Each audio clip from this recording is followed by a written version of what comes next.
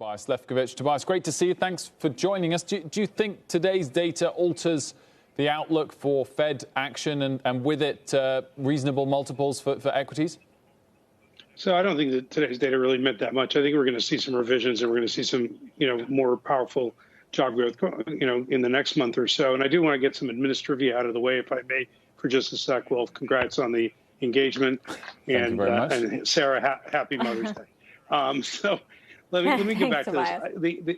The numbers are going to be really good. You're hearing about this. Something that I think a lot of people probably missed on Monday was the senior loan officer survey data came out of the Federal Reserve Board showing improvement. And that's really important because it tends to lead job creation as well by 9 months. So it's not even just now. The outlook into 2022 is going to be strong. And that's even without having any potential incremental stimulus dollars. So I wouldn't be that caught up on the miss today. And I think the market is looking forward to that. We for example, you guys don't know this yet because it just hit at 4 o'clock, but we raised our target price and our earnings estimates for the market after the close today. And we still don't think that this market is truly representative of some of the challenges, particularly as it comes to margins over the next couple of quarters. You had your guest before we're talking about labor costs, and I think that's going to be a real issue. What's your outlook in terms of sector preference, top sector and worst sector? I mean, it feels like everything that had lagged has now run up, and I guess it's hard to pick where's cheap, I guess. So, look, we still have a value bias because we do think there's going to be some what I would call stickier inflation, not necessarily transitory, not regime change of inflation, but we probably see inflationary kind of data sticking around for more than the 3-4 month time frame that you would kind of think about when you say transitory, and more importantly, the comps from last year being an easy base effect. Again, the labor issues are going to be a little bit more prevalent than the commodity run-up we had. In addition, I would say within there, clearly higher bond yields would benefit financials. It would benefit some of the cyclicals. And if you really push me to kind of my favorite area, it's going to be kind of the leisure, hospitality, travel, entertainment issue. I know you've heard this before, but I think the indulgence that people are going to get into once they can get out and take part in things that they weren't able to do and been deprived of for 15 months already, I think you're going to see lots of people wanting to vacation, go to resorts, go to have fun.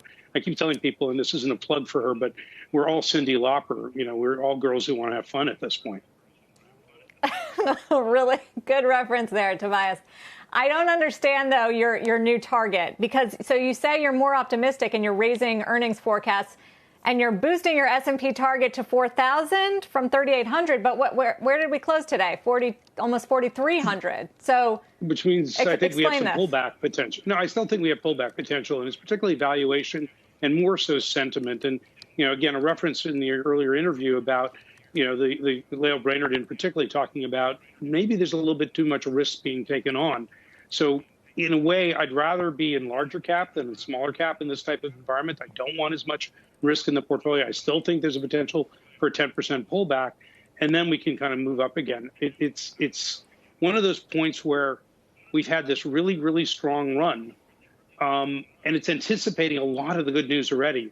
And now if you get any slight disappointment, that's why I brought margins before, we could see these cost increments hurting companies before they can get new price increases in place. So even if they announce them today, for the next quarter or two, they may be shipping the goods that were ordered earlier on with price protection.